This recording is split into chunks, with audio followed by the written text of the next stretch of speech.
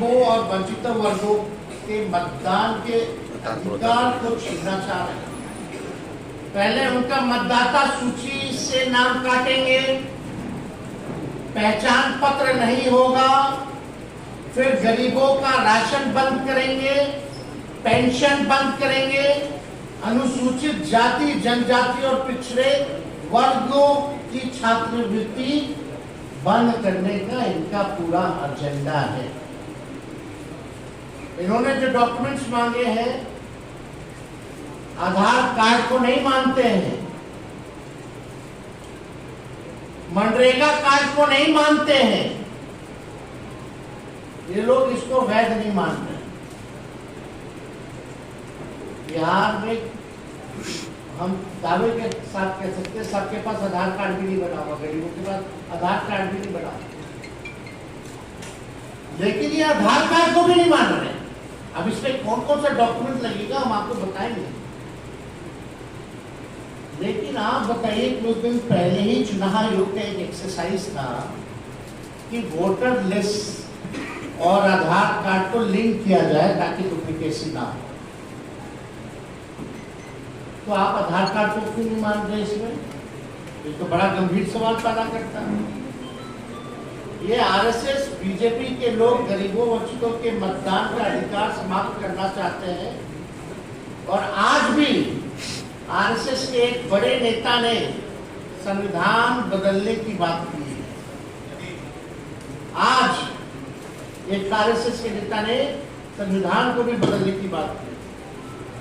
2024 में संपन्न लोकसभा चुनावी से मतदान मतलब मतदाता सूची पे हुए थे, तो लोकसभा का चुनाव वही मतदाता सूची पे हुआ है, तो बिहार तक भी नहीं हो सकता है, वही सूची होगी ना। आखिर क्या जो है जरूरत पड़ेगी आनंद फानंद में?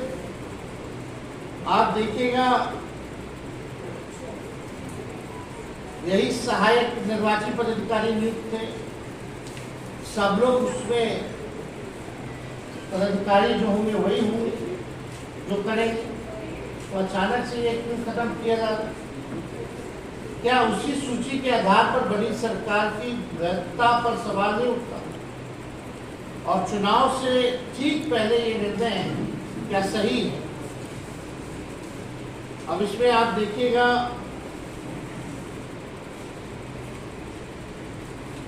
बिहार में टोटल 8 करोड़ योग्य मतदाता हैं। इनमें से 59% आबादी 40 वर्ष या उससे कम आयु की है, यानी लगभग 4,76,00,000 लोग निर्वाचन आयोग के निर्देश के अनुसार 1 जुलाई से 31 जुलाई 2025 के बीच इन 4,76,00,000 लोगों को अपनी नागरिकता को साबित करना पड़ेगा। नागरिकता को साबित में आधार कार्ड नहीं है, मनरेगा वाला नहीं है, उसमें क्या है? अगर इन समूह को 4,76,00,000 लोगों को 3 समूह में अगर बांटा जा सकता है, पहला समूह लगभग 4% लोग जो 39 से 40 वर्ष की आयु के हैं, इन्हें अपनी नागरिकता का दस्तावेज प्रस्तुत करना होगा। दूसरा समूह लगभग 85% लोग जो 20 से 38 वर्ष के उम्र के हैं, यानी 4 करोड़ से अधिक लोग, इन्हें अपने पिता या माता का नागरिकता साबित करना पड़ेगा, दस्तावेज प्रस्तुत करना पड़ेगा, यानी माता पिता का बर्थ सर्टिफिकेट भी आपको ला करके देना पड़ेगा, तब जाकर के आप वोटर बनिएगा। तीनों समूह का रिपीट कर दे। पहला समूह देखो भाई, 4,76,00,000 लोगों को 3 समूह में बांटा जा सकता है, यानी पहला समूह लगभग 4% लोग जो 39 से 40 वर्ष की आयु के हैं, इन्हें अपनी नागरिकता के दस्तावेज प्रस्तुत करने हैं। दूसरा समूह लगभग 85% लोग जो 20 से 38 वर्ष के उम्र के हैं, यानी 4 करोड़ से अधिक, इन्हें अपने माता पिता की नागरिकता को साबित करना पड़ेगा। यानी 40 साल के लोग जो है 28 से 38 साल के बीच के 20 से 38 साल के बीच के जो लोग हैं, उनको अपने माता पिता का डेट बर्थ सर्टिफिकेट वगैरह जो है वो लाना पड़ेगा, डॉक्यूमेंट देना पड़ेगा। कितने गांव देहात में आपके माता पिता का कितना लोगों का सर्टिफिकेट बनाया, जरा बता दीजिए। वो कहाँ से लाएंगे, और भी बाढ़ के समय में। तीसरा समूह लगभग 11% लोग जो 18 से 20 वर्ष के उम्र के हैं, यानी 50 लाख से अधिक वोटर, इन्हें अपने दोनों माता पिता के नागरिकता संबंधी दस्तावेज देने हैं। सवाल दोनों है, इसमें आइडर है, इसमें दोनों है, 18 वाले। सवाल यह है कि क्या बिहार के आम नागरिक निर्वाचन आयोग द्वारा मान्य अपने माता पिता का जन्म तिथि और जन्म स्थान का प्रमाण पत्र ला सकते हैं क्या? जो हम सवाल खड़े निर्वाचन आयोग द्वारा मान्य 11 दस्तावेजों में से 3 अपेक्षाकृत अधिक आम है। जन्म प्रमाण पत्र, मैट्रिकुलेशन प्रमाण पत्र और जातीय प्रमाण पत्र। अब आइए जन्म प्रमाण पत्र, एक इंटरेस्टिंग डेटा हम देते हैं। ये भारत सरकार का NFHS 3 का सर्वे है के अनुसार 2001 से 25 में जन्मे बच्चों में केवल 2.8% के पास जन्म प्रमाण पत्र था। ये अभी का है, उनसे पहले हमारे माता पिता का तो छोड़ से कितना परसेंट होगा कि नहीं होगा। ये तो 2001 से 25 का भारत सरकार का आंकड़ा है, जो 2001 के बाद जो जन्मे यानी 25 तक का मात्र केवल 2.8% है बर्थ सर्टिफिकेट। तो आप बिहारी का बता रहे हैं, ये बिहार का ही डेटा हम दे रहे स्पेसिफिक।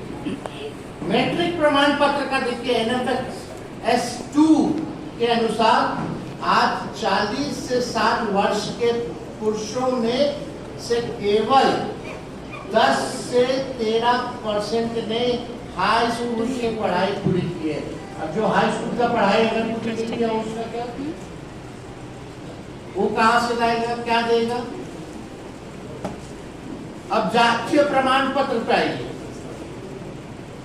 इंडिया ह्यूमन डेवलपमेंट सर्वे 2011-12 का के अनुसार अनुसूचित जातियों के लगभग 20% और अन्य पिछड़ा वर्ग लगभग 25% लोगों के पास जातीय प्रमाण पत्र था।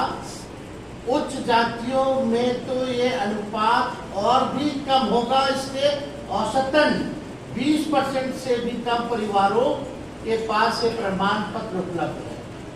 20% से वहां से बाकी का लोग लाएगा। अपने देश में कैसे हम लोग साबित कर पाएंगे? डॉक्यूमेंट नहीं है। और 73% लोग बाप से हमारा क्षेत्र जो है प्रभावित रहता है। ये 25 दिन में कैसे होगा? जो पिछले बार जाति पर हुआ था तो 2 वर्ष लग गए थे। और सवाल उठता है कि केवल बिहार में ही क्यों, और देश भर में क्यों नहीं हो रहा? ये पूरी तरीके से साजिश की हुई है और इसमें एनडीए के लोग जो है मिले हुए हैं। अब इसका अर्थ यही है, अधिकतम लोगों के पास ऐसा कोई दस्तावेज नहीं है जिसे उनकी जन्म तिथि में जन्म स्थान सिद्ध हो सके। हमारा स्पष्ट मत है, ये सारा खेल चुनाव से पहले मतदाताओं की छटाई करके सत्ताधारी दल को फायदा पहुंचाने के लिए ये काम जो है किया जा रहा है। बिहार में सबसे ज्यादा पलायन है।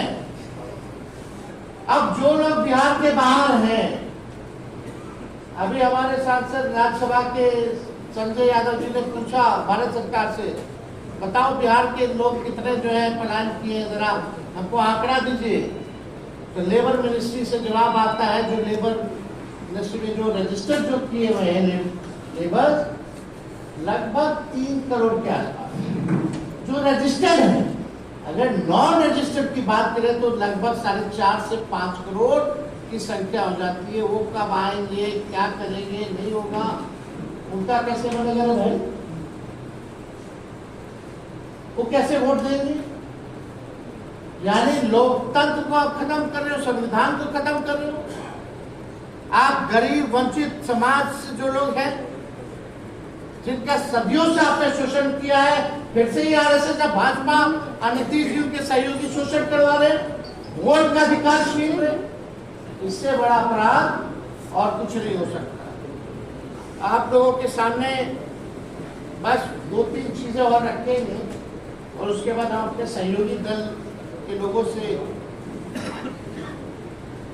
जो दल के लोग हैं, वो अपनी बात भी रखेंगे आप लोगों के समक्ष। अगर वास्तव में ये सुधार करना चाहते थे, मेरा सवाल है, तो लोकसभा खत्म होते ही कर देते? लोकसभा का चुनाव खत्म होते ही क्यों नहीं कर दिया? मतलब आप इंतजार कर रहे थे कब 2 महीना बचेगा बिहार के चुनाव का, कब बाहर आएगा, तो हम साजिश के तहत पर छटाई करेंगे ताकि सत्ता में बैठे लोगों को फायदा पहुंचाए। हम लोकतंत्र में विश्वास करते हैं, लेकिन किसी भी साजिश बदलाव को बर्दाश्त नहीं किया जाएगा। हम लोग हर एक प्लेटफॉर्म पे हमारा इंडिया अलायंस महागठबंधन मजबूती के साथ लड़ेंगे। हम जनता के साथ खड़े हैं। बिहार अलर्ट है, कोई कंफ्यूजन में ना रहे। बिहार के लोग राजनीतिक सामाजिक रूप से सबसे जागरूक प्रदेश है और ये साजिश को देखते हुए बिहार और हर एक बिहारी जो है अलर्ट है। ऐसा गलती मत कीजिएगा कि भुगतना पड़े। जब जनता खड़ी हो जाएगी तो अच्छे से अच्छे हिटलर जैसे तानाशाही हो या कोई हो, सबको जो है सबक सिखाने का काम किया है। किसी भी कीमत पे, किसी भी कीमत पर हम चुनाव आयोग की मनमानी को हम लोग चलने नहीं देंगे। जनता तैयार है और जो अधिकारी इनके हाथों में खेलेंगे उन्हें भी जनता देखने का काम करेगी। हम निर्वाचन आयोग से पारदर्शिता की मांग करते हैं, होना चाहिए। और एक और इंटरेस्टिंग बस डेटा हम देना चाहेंगे। अभी हम लोगों ने 17 महीने की जो हम लोगों की सरकार थी, हम लोगों ने जाति आधारित गणना कराया और उस जाति आधारित गणना में लोग डोर टू डोर गए, सवाल केवल पूछा, कोई डॉक्यूमेंट नहीं मांगा। उसमें लगभग 9 से 10 महीने लग गए। इसमें तो ऐसे ऐसे डॉक्यूमेंट कहां से बनवाएगा लोग, कितनों के पास है ही नहीं। और 25 दिन में कैसे पूरा हो जाएगा? अगर 2 महीने में आप 8 करोड़ लोगों का सूची, मतदाता सूची बना सकते हो, तो 2 महीने के अंदर जाति जनगणना पूरे देश में कराइए। ये हम लोगों की मांग है, कराइए। फेज वाइज क्यों कर रहे? भारत सरकार के अनुसार बिहार के 2 करोड़ 90 लाख मजदूर, जो हमने आपको पहले भी बताया, वो बाहर है, पलायन है। उनके लिए क्या व्यवस्था है? जो पलायन करके जो भी मजदूर गए हैं, उनके लिए कोई व्यवस्था तो होनी चाहिए ना। क्या है व्यवस्था?